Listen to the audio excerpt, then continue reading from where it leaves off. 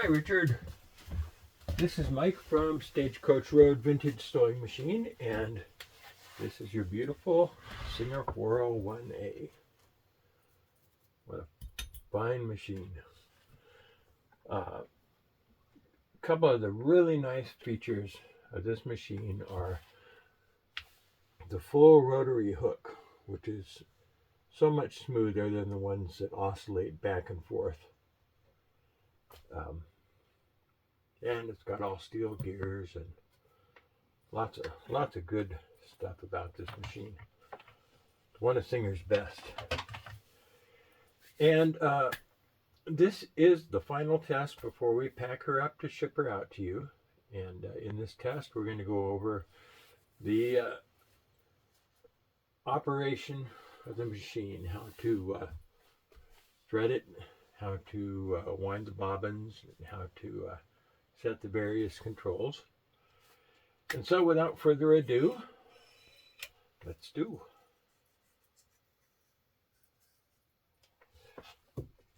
Your bobbin is down here in the bobbin race, below the slide plate. And there's no bobbin case with this one. It just drops in, and then you pull the thread under the little leaf spring, which is your lower tension. Wind this bobbin that I just emptied as I was going over the machine. Okay, so to thread your machine, we'll put the thread spool on the spool pin. Not that one. How about a lovely limeish green? Put your thread on this spool pin down here. From there, go under this little tensioner device, the bobbin winder tensioner, and straight up to your bobbin winder, which is this thing here. Before we put the bobbin on, we're going to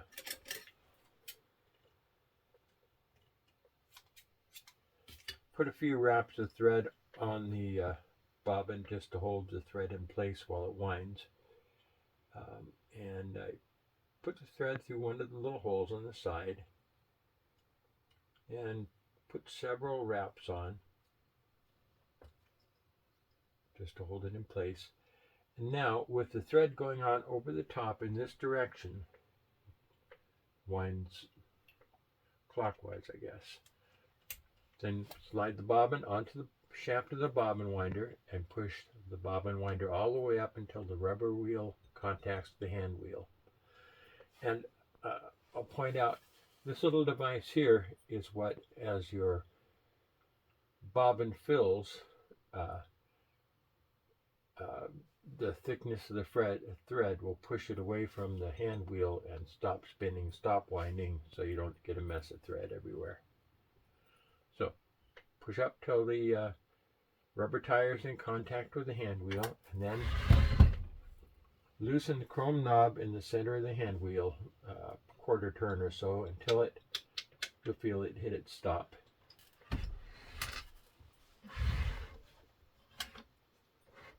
Then the hand wheel is disconnected from the rest of the machine, so it can wind your bobbin without making the rest of the machine cycle. So here we go. Give it a little gas, and you'll see that it's winding nice and neatly back and forth there. That should be plenty of thread for our test. Put your bobbin winder back down. Reclutch the machine by tightening that chrome knob in the center of the hand wheel. And then the bobbin goes into the bobbin race with the thread coming off the top in this direction.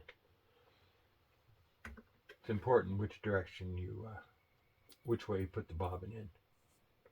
Not the bobbin itself, but which direction the thread comes off. It has to come off in this direction. Drop it in the bobbin race, and right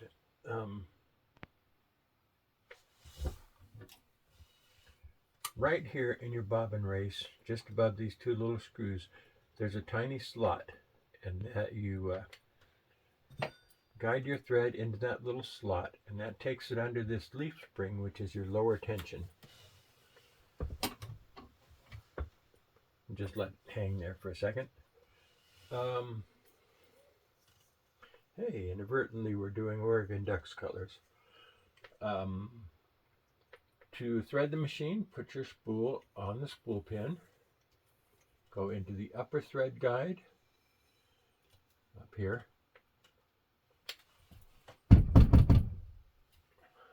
And then between the discs of the tension assembly, all the way around and cut until you catch this little thin check spring here. Keep pulling up until the thread goes into this notch right here at the top of the bobbin winder. And you'll know you've got it if when you pull up on the thread, the little thread guide moves up and down. The check spring moves up and down. Alright, and then guide your thread into this thread guide, through the take-up lever, which is this little arm that goes up and down as you run the machine, down to this thread guide, this thread guide, this thread guide, and then this little slot at the bottom of the needle clamp is your final thread guide. It's just a little slot. And then through the eye of the needle, from the front towards the back. And if you cut a fresh end on your thread, you're not fighting the little frayed ends of the thread, which push the thread away from the needle hole.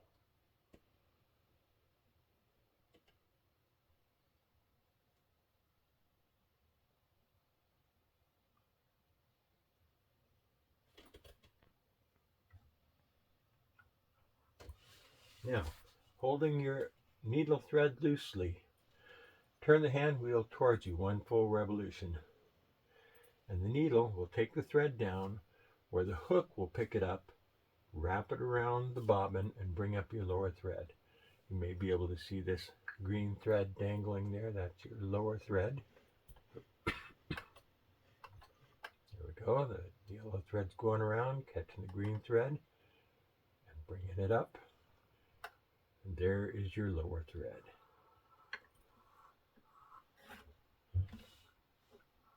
Put your thread between the toes of the presser foot and towards the back of the machine, and you are ready to sew. Put your fabric under the presser foot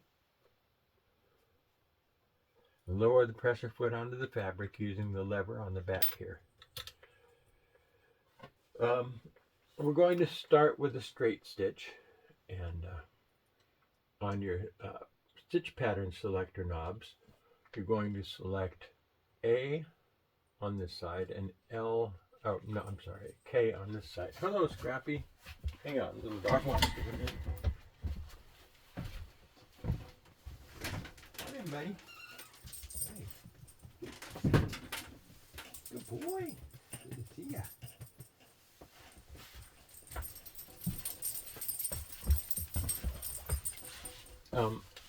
And below this cover here, there's a chart that will show you how to do a straight stitch and zigzag and a number of other stitches.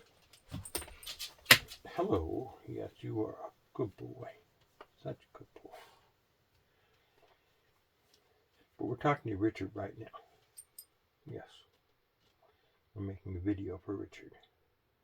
So you're just going to have to settle down and wait for a few minutes, okay? All right, so to set these stitch pattern knobs, to do this side, you press in the outer knob, then you can turn it to any of the settings on that side. Then make sure it comes all the way back out, because if it's not all the way back out, you're not going to be able to pull your inner one, which selects the settings on this side. So for this one, you pull it out, turn it, then let it go. Make sure it goes all the way back in. So you are set on the straight stitch setting.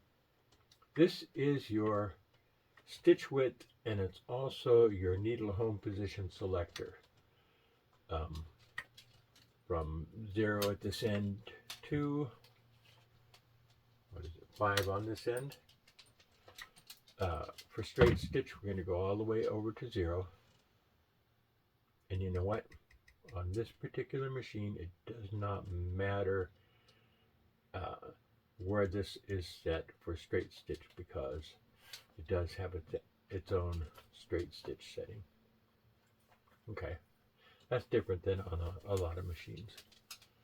But as far as needle home position, you can set your needle to the far left or all the way over to the far right or in the center. And as far as I know, that's just for when you're doing decorative top stitching, if you want to have like 2 lines of the same pattern all going in the same direction. What are you chewing? What are you chewing? Huh? Oh, chicken feather. Okay, you can chew on that. Stitch length is this lever here, and the center position is marked fine, and when you're in that position, you can just really get your stitch length, really tiny, short little stitches.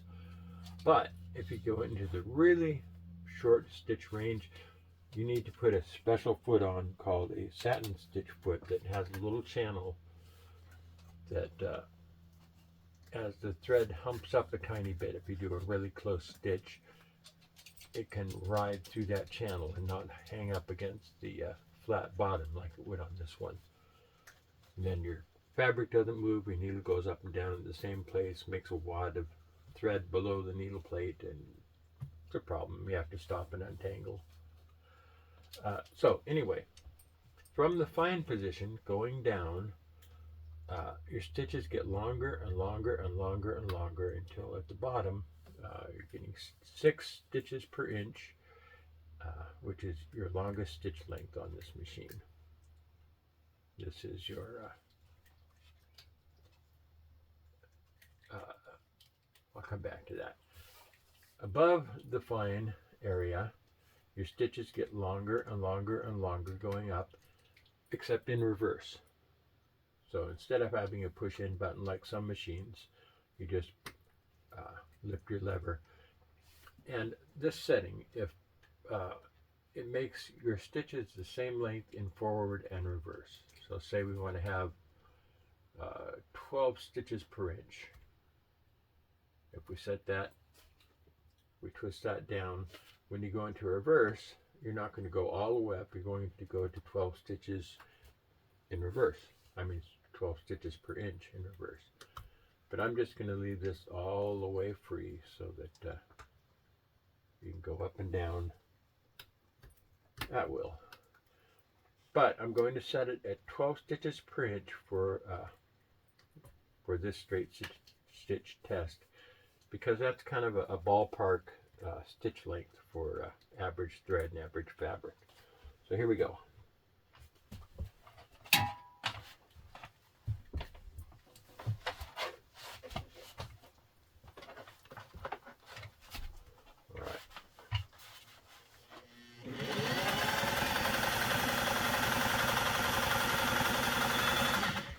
When you sew, don't push or pull your fabric. Let the machine move the fabric. Because if you happen to flex the needle a little bit by pushing the fabric against it, it can make that needle miss that tiny needle hole and hit the needle plate, and bad things happen. So always let the machine do the moving. Okay, now we're going to change our stitch pattern to a zigzag. And always it's a good idea to lift your needle up out of the fabric before you change this. But if you look on your chart, you'll see that zigzag right here is B on this side and L on this side. So we'll push in the outer knob, go down to B, and double check, make sure that it's in the right one. It's easy to get to the one on either side by accident. And then we're going to turn the inner knob to the L position, which is right next to the K, of course. And now we are in zigzag. I'm going to set the zigzag width at 3, which is about halfway. It's kind of a narrow zigzag. And here we go. Now you can see the machine moving back and forth. Watch the needle move back and forth as we sew.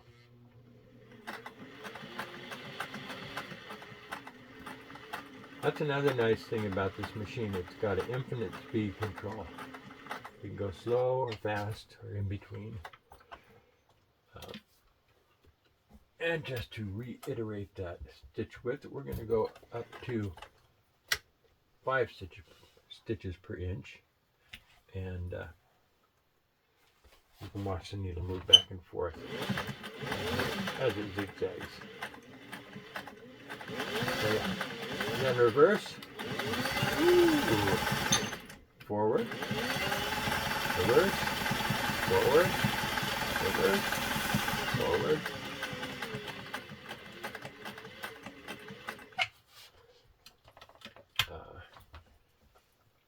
And just for fun, let's do another fancy stitch pattern.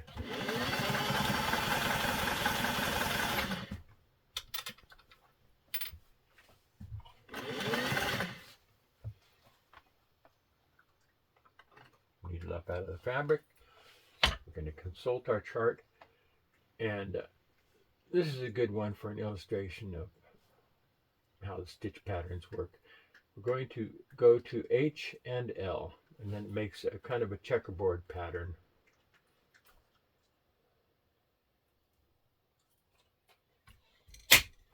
So press in, go down to H,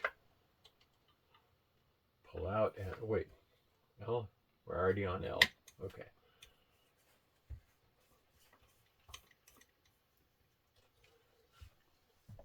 And for this one, I'm going to go down to 3 because it recommends for these lower stitch patterns that you set your red lever at 3. Just to make the pattern come out like it looks on the chart. On these ones up here, you have a little more latitude on how far you zig and zag. And I'm going to go up into the fine area, but into the bottom of the fine area, so we don't have to change our sewing foot. And here we go. Okay, I'm going to go slow so you can see. It's sewing on this side now. Now it's moving over to the other side. And then move back to that side. Then do that side. So forming that checkerboard pattern. Well, 2 rows of a checkerboard pattern. But this machine does the stitch patterns really nice, and it's smooth, really good condition machine. I don't think this machine's had a whole lot of use. I think it's got most of its useful life still ahead of it. So that's stitch patterns, stitch width, stitch length. I'm going to put that down to 12 so we don't forget. And I'm going to go back to A and L. So when you receive it, it's going to be in the straight stitch mode. Always remember that your outer knob has to come all the way out and your inner knob has to go all the way back in to be able to change its stitch patterns. If you're having trouble turning these knobs, just check to make sure that they're in the right positions.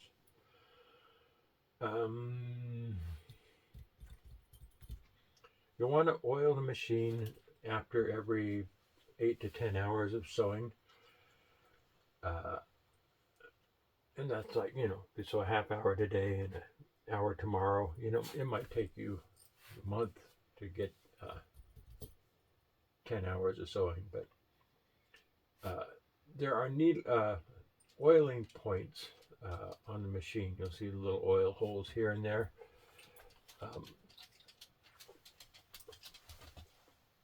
But you're also going to have to take the top cover off to oil everything in the top section. You want to take the bottom cover off. There's a fat nut on the bottom, finger nut. You just screw that off, and the bottom plate comes off, and you can see all the controls in there. And basically, I mean, you're going to want to look in your user manual and see the oiling points. But basically, how it works is you want to oil every point where parts rotate together or slide against each other or go in and out of a hole, or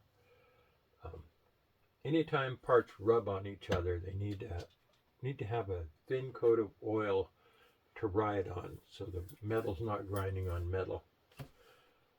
So you turn your machine slowly by hand and watch the mechanisms, and you'll see where the actual contact points are that need oil. But again, you'll look in your user manual, and it will also show you where those points are. There are also some oiling points under here. Oh, and also a threading guide, in case you forget how to thread it. Just look under the plate here, or under the door.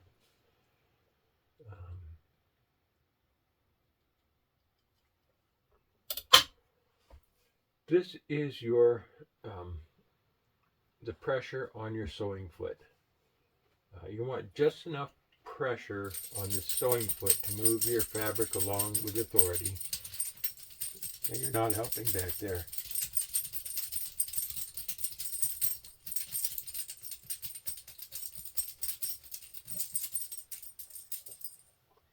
It's got an expensive Seresto flea collar, an expensive anti-flea doggy treat, and he's still scratching. But he's such a good boy. Where was I? This. For some fabrics, if you're doing really delicate fabrics, you might want to back this off a little bit. If you're doing real heavy fabric, you may want to screw it down a little more so you have some more pressure on the foot. But basically, just enough pressure to move the fabric along without it being loose and sloppy under the pressure foot. This is your thread tension, your upper tension. And when I put a machine back together, I always set it so that 3 is your average upper tension for regular thread, regular fabric. And again, you know, up or down depending on what you're sewing. But mainly what you want to do is you want the stitch on the bottom to match the stitch on the top. If you have loose loopy threads on the bottom, you probably need a little more upper tension. And if the fabric's tight and puckery, you might have a little too much tension. Or if you're breaking thread, that sort of thing. So around 3, up or down, just tiny increments until the bottom thread gets pulled up into the fabric and the top thread gets pulled down into the fabric. The upper thread pulls the bottom thread up into the fabric, and lower tension pulls the upper thread down into the fabric. So they kind of meet in the middle and lock inside there. And if your stitches are just kind of laying on top, unless they're meant to lay on the top, you may need a little more tension or a little less tension.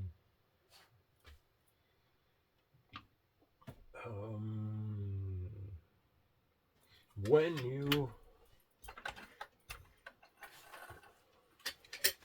you oil the machine,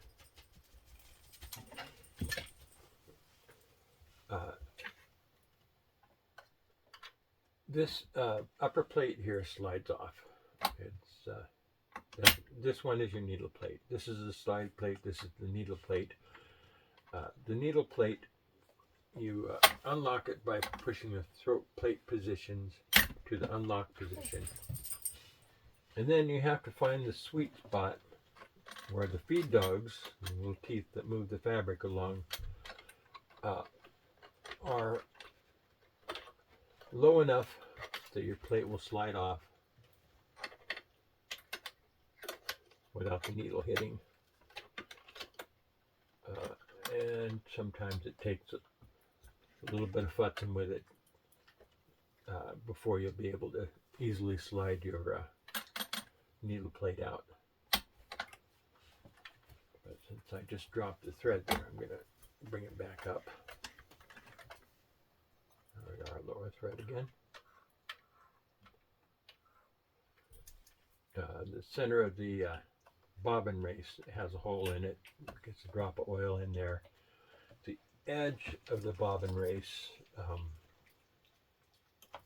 you'll see the big outer circle spins and the inner part stays still. You want a drop of oil right there where the two of those meet. You don't need a lot, just one drop, possibly two if the machine's really dry, but a drop right where the two meet, and the action in the machine will spread it around. If you haven't sewed for a long time, 3-6 months, a year, oil your machine before you start sewing, because the oil does evaporate over time.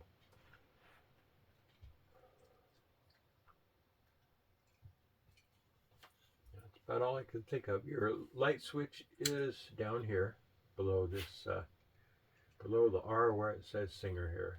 It's your light switch.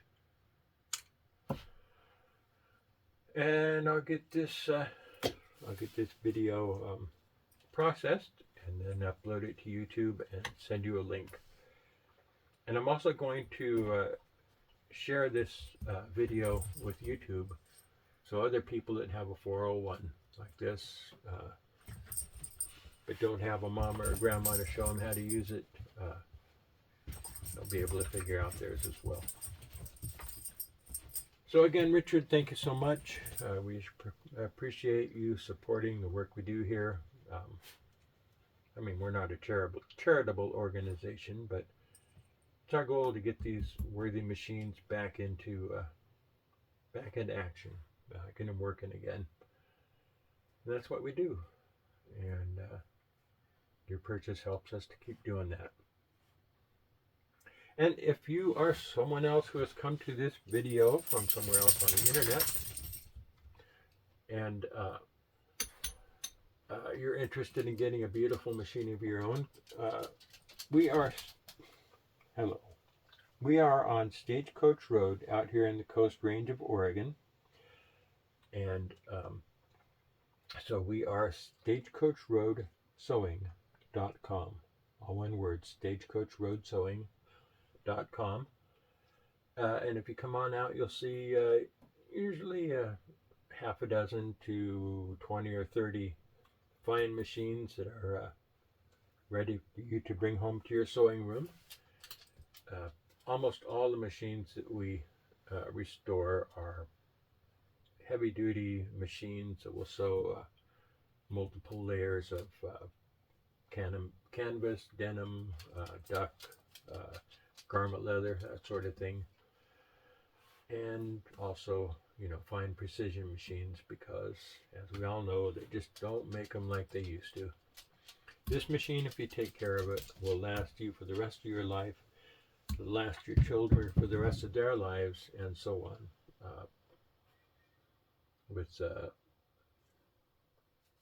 With regular sewing and regular care, this little machine should last nearly forever. Okay, well, that's it for me. Come on out to stagecoachroadsewing.com and we will see you there.